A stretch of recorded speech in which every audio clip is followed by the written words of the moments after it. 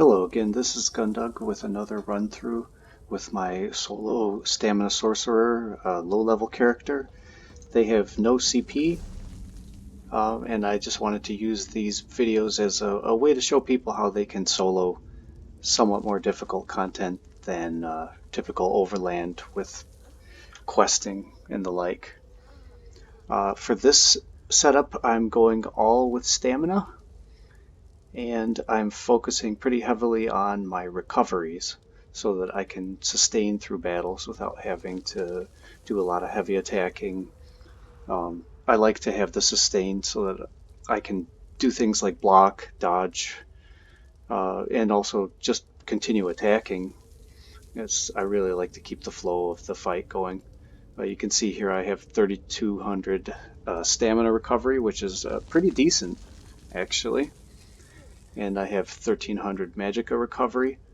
That gives me a bit more leeway when I need to cast my utility skills, and I even have actually fairly decent health recovery, so I don't need to do quite as much active healing during fights.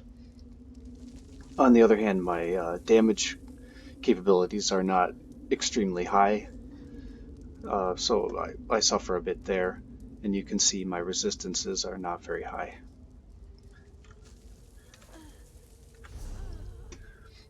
Um, so I'll go into the gear quickly here.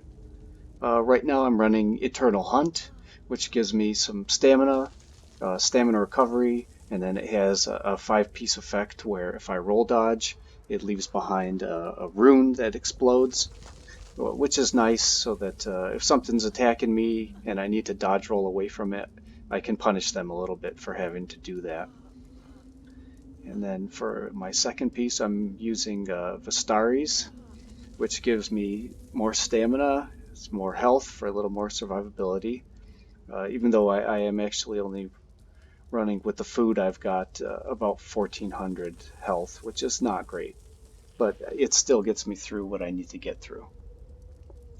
And this also gives me some more magicka, so I can cast my utility spells more reliably. I don't have to worry about them running out in the middle of a fight. I get a little more magicka and stamina recovery as well. The 5-piece where if I resurrect someone is completely useless for someone who's soloing, but if I do end up with a group and I need to resurrect somebody, it's nice to have this extra little bonus. I wouldn't call it a great set though. And then for my last 2-piece, just to fill out all my gear, I'm running this Daring Corsair, and I wanted it mainly because it's got the stamina recovery as the 2-piece. So I'm also running Invigorating, which gives me recovery on all 3 of my main traits.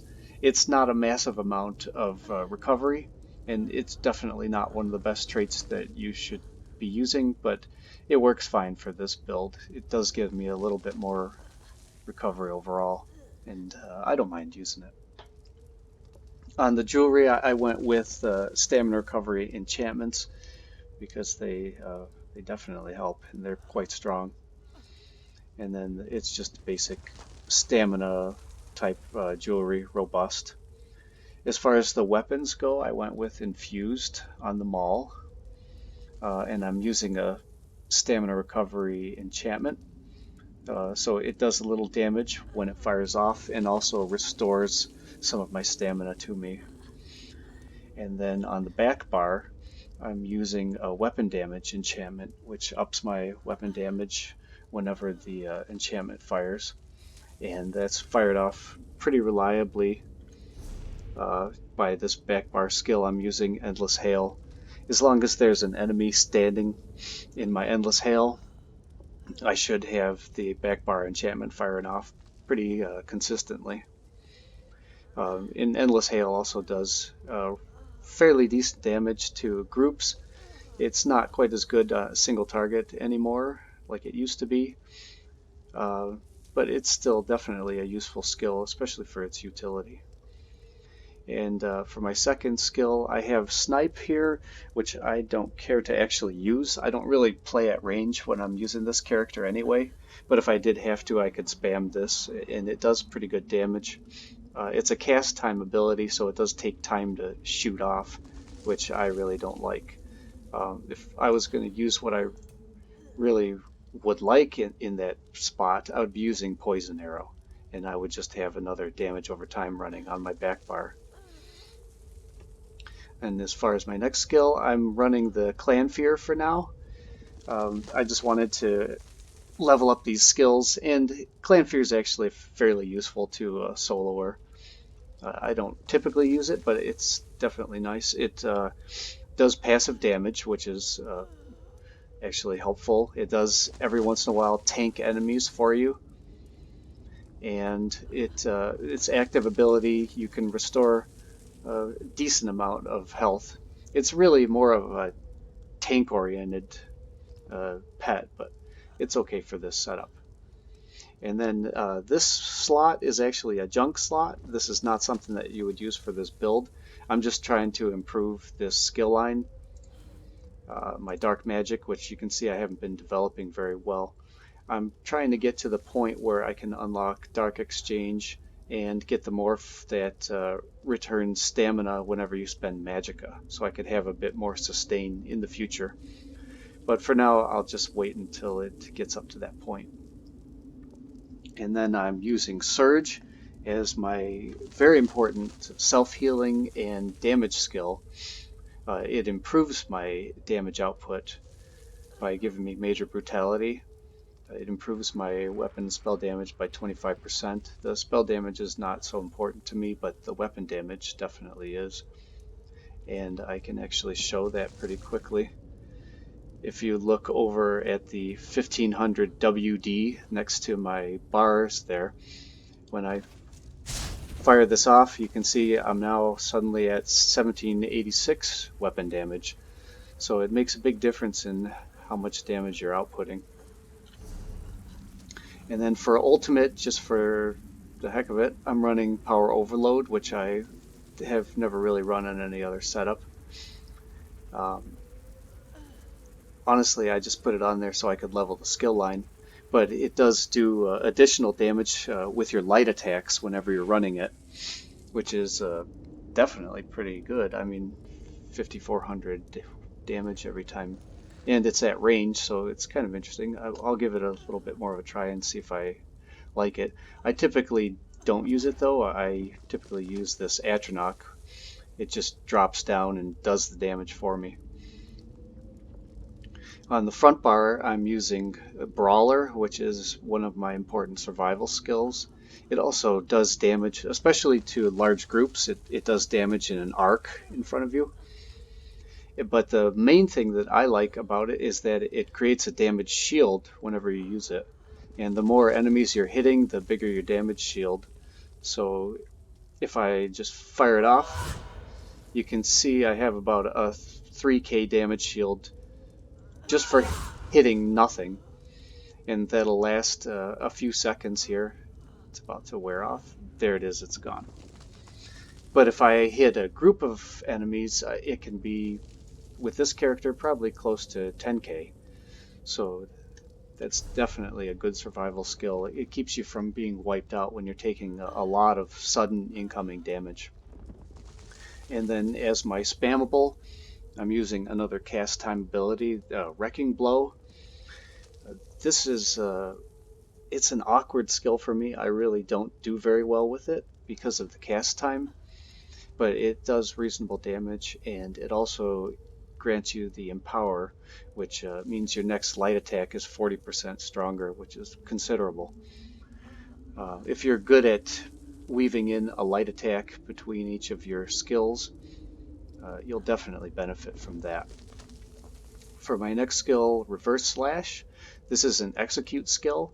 I use it whenever an enemy is down to around 25%, though it does do a little more damage as the enemy gets to 50% and less.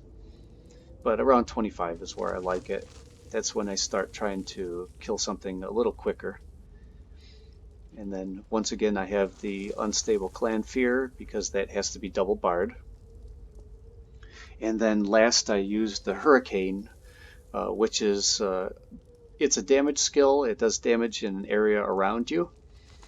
But the main reason why I like it is because it gives you quite a bit of resistance, 5280 to your physical and spell resistance.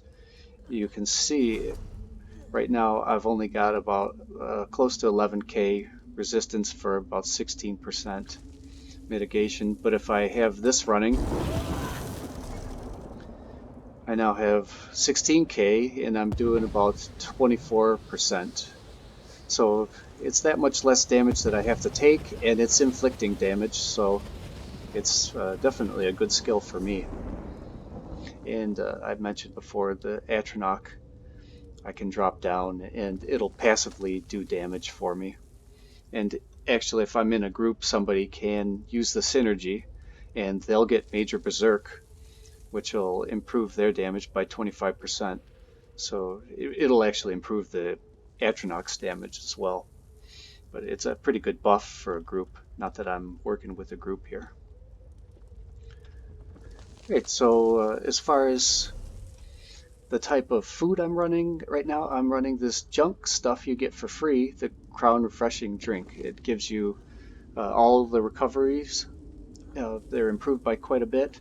And you can see that that's why my recoveries are actually pretty good, especially the stamina. It's way up there, really. But the problem with this drink is that it doesn't increase your base stats at all. So I'm running pretty low magicka, pretty low health, and pretty iffy stamina. But at the moment, I'm not so worried about those things. I'm more worried about just being able to sustain. I also have Jewels of Misrule, which I crafted for this character. That gives me the 2 recoveries, stamina and magicka, which is good. It would be just a little bit less than what I'm getting now, but I would get quite a bit more max health. It looks like I'd be almost 20k on max health if I was running that. So that would help my survivability quite a bit, and I don't think I'd lose too much on my sustain. I would lose some on the health recovery, but I don't think that that's really a massive amount of healing. I also have these junk potion or junk foods, 3 stat foods. They would increase all my base stats by quite a bit, but I would lose quite a lot on the recovery, so I'd probably have to heavy attack more. On the other hand, I would do a little bit more damage and probably have a little more survivability at times.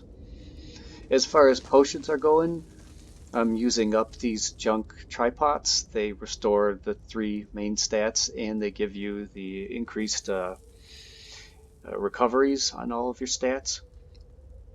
For soloing, I think these are great because they keep you going in every way. It looks like I'm running pretty low on them, but I usually don't have to use them too much. As a backup, I have these garbage potions that I made a while back. They're meant to do basically the same thing, but they were made at level 3, so they're not scaling really well at all to my level 25 character.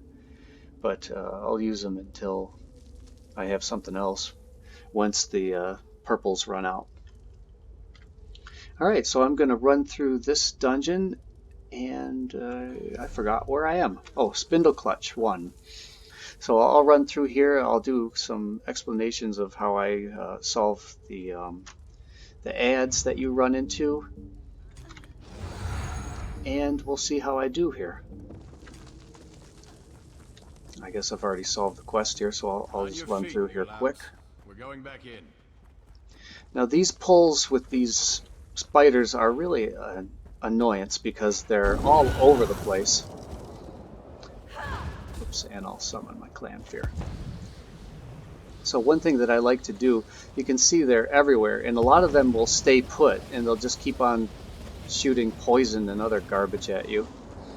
It makes these fights kind of more tiresome than they need to be. Spiders are pretty annoying. Anyway, before every fight, I get my 2 skills going.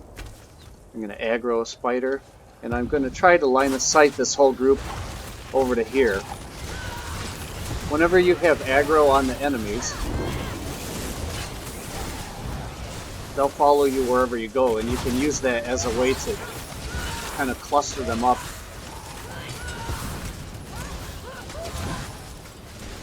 And whenever enemies are clustered up, it just means you'll kill them that much faster. Oh, wanders into my web. More play. Here's another trash pole. These guys are relatively clustered. One thing that I'm always making sure that I do is keep my shield up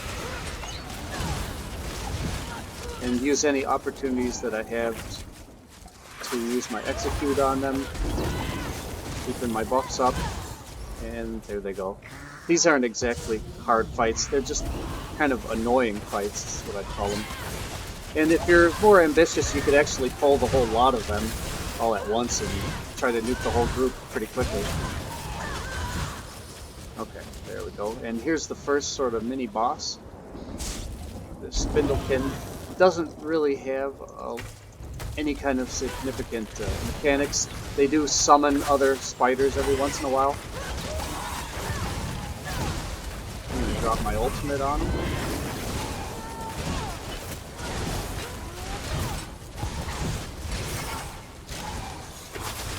Just make sure I keep my endless hail going.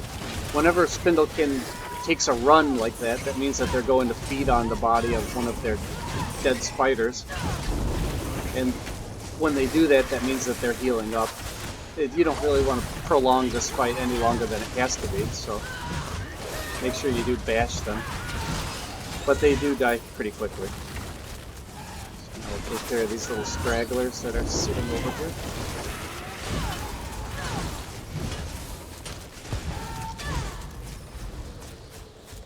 Okay.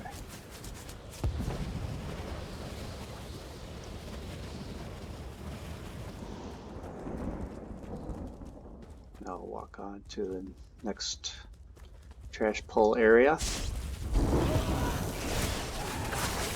These guys start out pretty clustered up. One thing that you can see, these guys do a little bit of damage to me, but I don't really have to do anything special to stay alive as long as I'm using my surge. And as long as I'm dropping my AoE on them. The endless hail is what you definitely want to have all the time so that you get that heal built up.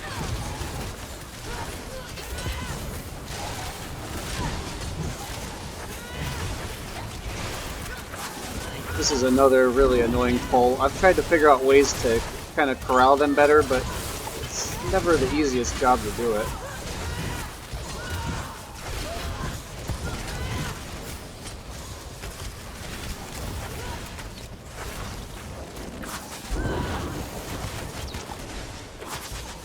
Oops, make sure the surge is up.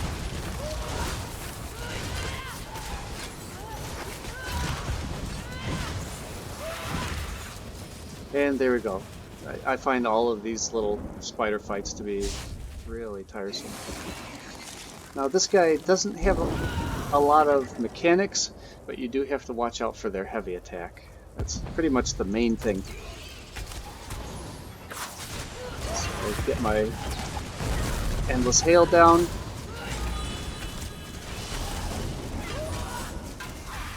That's pretty much the only thing you have to worry about. They're poison. They will also drop down a bunch of spiders upon you. But you can just cleave those.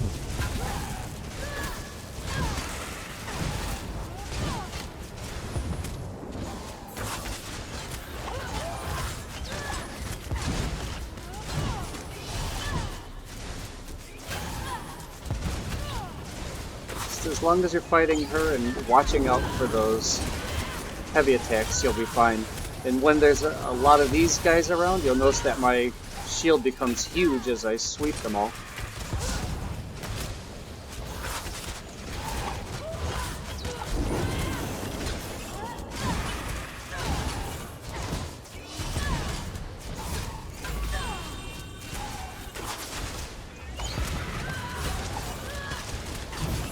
Now I'm not doing an incredible amount of damage, but I'm also not having any kind of real difficulty against her, so as long as you're watching for the mechanics, you can get through these things pretty easily.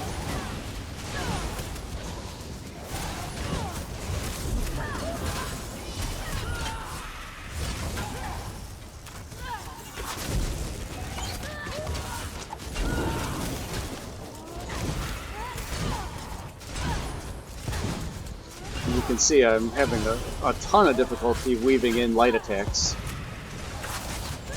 So that skill is not really being super well utilized right now. But that's the thing, I have a tough time weaving with this cast time ability.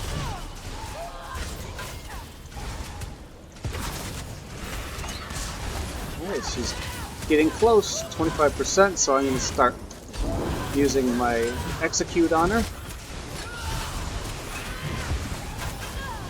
And since the execute is not a cast time ability, I can actually spam it while I'm blocking to try to do a little damage when I have to block her heavy attack here.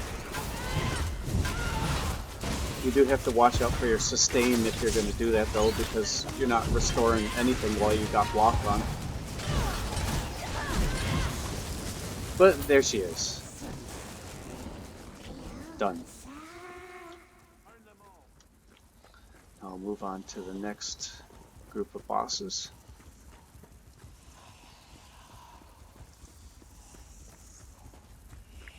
Past this area, which used to be a fight, but they got rid of it for some reason. Kill them all. No mercy. All around. This pleases me.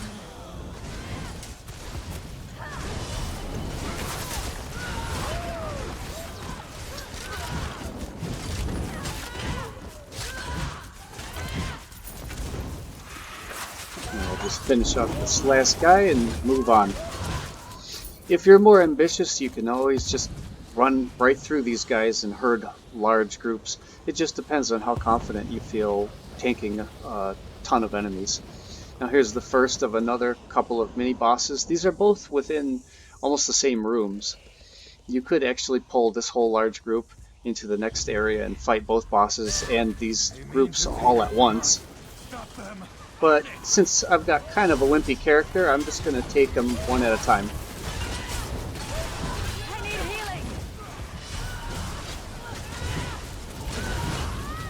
Now this boss only has one mechanic that you've actually got to worry about, and that is that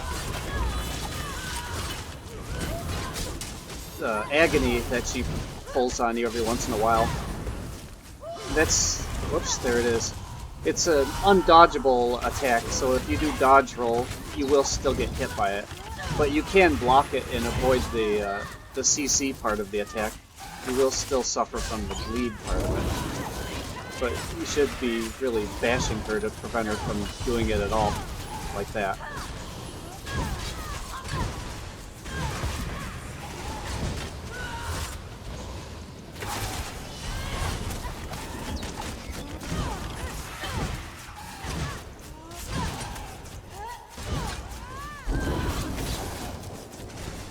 Basically, I just try to stay with my game plan, keeping my buffs up, do as much damage as I can, and she's gone. She and the next boss, Big Rabu, are not really significant bosses. I'm going to try to get all these guys over here as a kind of a sight pull. I could also go for Big Rabu, who's in the other room, but I'm just going to try to go for the minimum number of guys right now.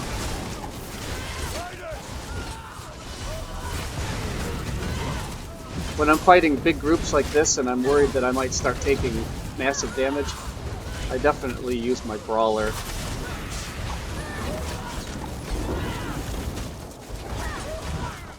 That'll keep you alive through most stuff.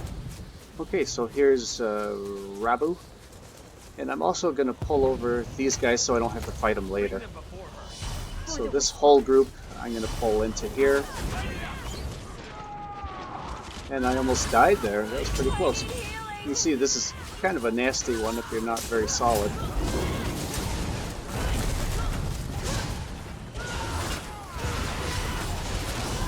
But if you stay calm, keep your buffs up, keep the damage up, you can get through it. This guy, you can either dodge his charge attack, or you can just block him. He doesn't really do a lot of damage with it.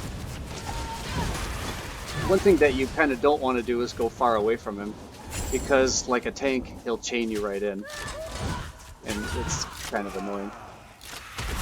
I usually like to get up front personal with these guys, so that works out.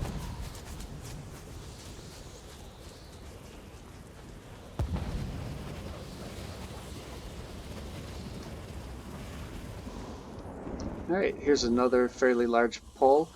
Now you could either take all these guys over into that far area, but since I don't have a whole lot of health and a whole lot of margin for error, what I'll do is just sight pull them right behind this rock over here. So I make sure I got my buffs up, set my arrow barrage in this area, and pull as many of them over here as I can.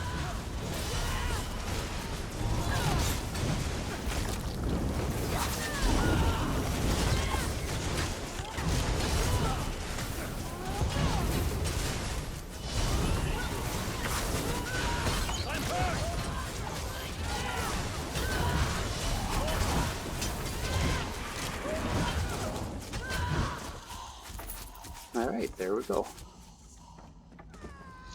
One last pull, and here's another one where if you felt like it, you could actually draw these guys all the way into the final boss if you wanted. But I'm going to sight pull them right behind that weird structure that guy is hooked up to. That's right around here. And if you go here, they'll all kind of come around and then you can just wipe them all out. Just watching out for those kinds of heavy attacks that the tanky characters that they have do, because you don't want to be stunned. Done. Blood and faith. They told.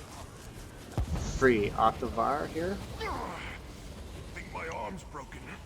God's damn whispers. Father. And if I tell him to get up, he'll actually give me some sort of weird bonus. I have no idea what this boon is, but he'll cast it for you. We of the guild will always fight. Alright, now we got one last pull. Here's one where you can fight the main boss and them all at once. But I'm going to keep it simple and just fight these guys.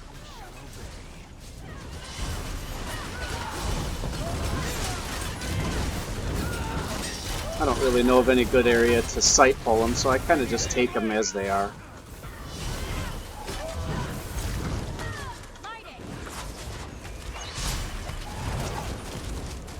And here I'm starting to get close to death. If I was smart, I could also use my Clan Fear every once in a while to get an emergency heal, but I'm so unused to using one.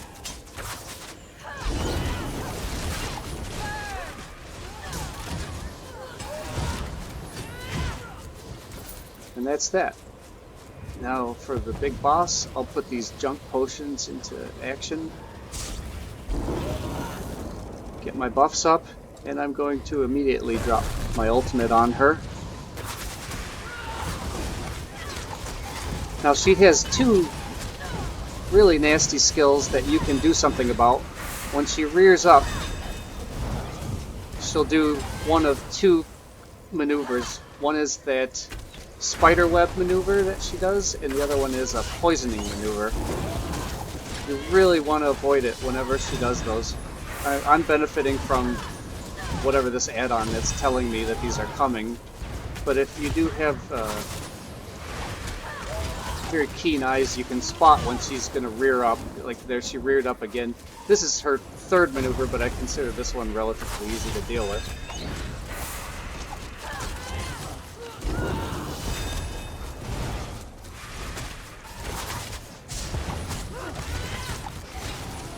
Now Now if you don't deal with those, you'll be in a bit of trouble. It's kind of annoying. You can actually break free from that, but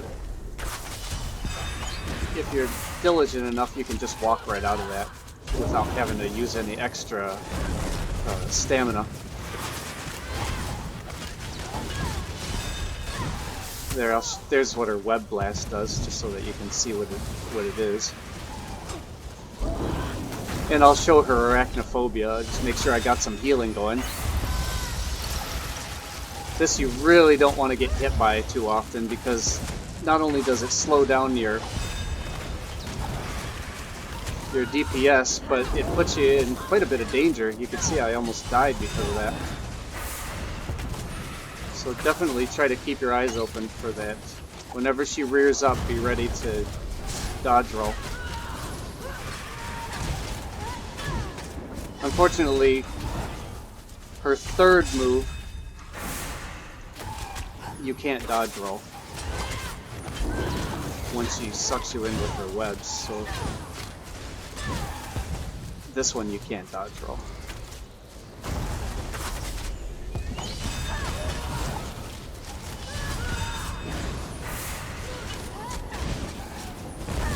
But as long as you keep playing the mechanics, you should be okay.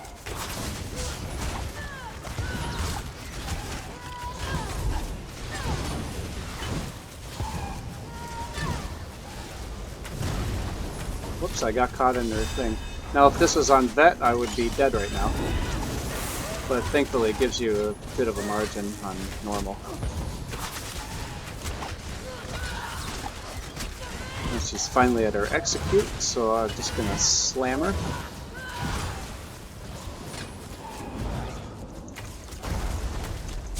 Make sure I got my buffs up, because I really don't want to give her a chance to kill me right at the end here.